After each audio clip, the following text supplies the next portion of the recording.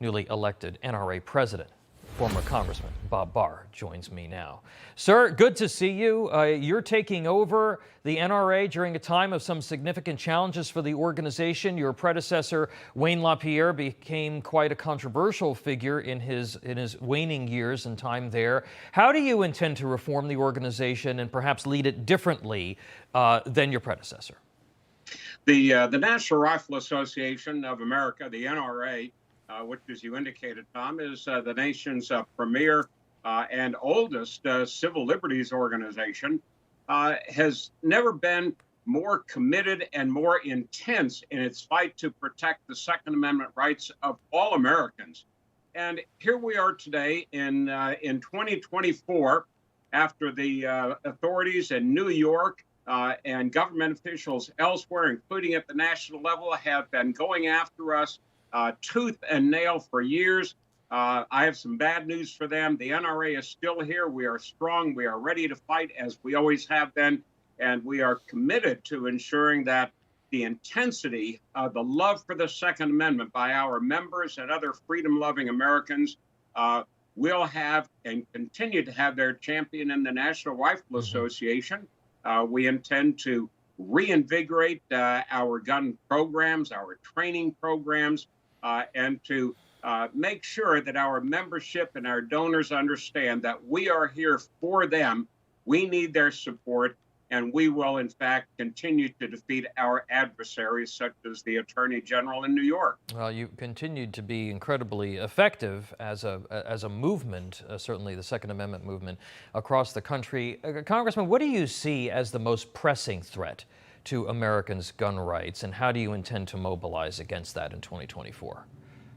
The most pressing threat to American gun rights are government officials at all levels who either don't understand what the Second Amendment does, which is to protect not a government-given right, but a God-given right that is protected explicitly in the Bill of Rights against government taking it away. Either those officials don't understand that, or even worse, Tom, they understand it and they don't care about it. They continue to use and abuse government powers to limit that right. Now, thank goodness we just received about a month ago a tremendous victory by a unanimous decision by the U.S. Supreme Court that told government officials in New York and by implication elsewhere across the country that you, as government officials, can no longer abuse your regulatory powers to go after the NRA or any other organization over which you have regulatory authorities because you don't like their views. That is a seminal decision by the Supreme Court, 9-0.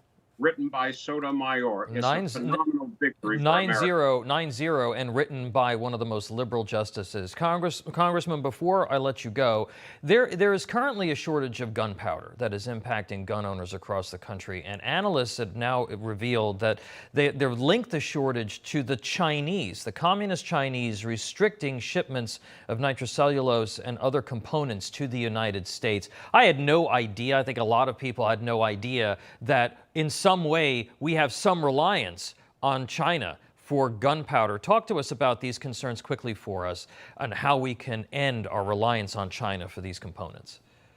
Early in America's history and throughout much of our history, we were the world's premier manufacturer of both firearms and ammunition and the chemicals that go into ammunition production. In recent years, we have allowed that to slip away to foreign sources, including notably China. We have to get that back here to the United States. And there is a piece of legislation right now that would force the Department of Defense to conduct a study very quickly of the chemical shortage, the shortages of chemicals used in the manufacture of ammunition.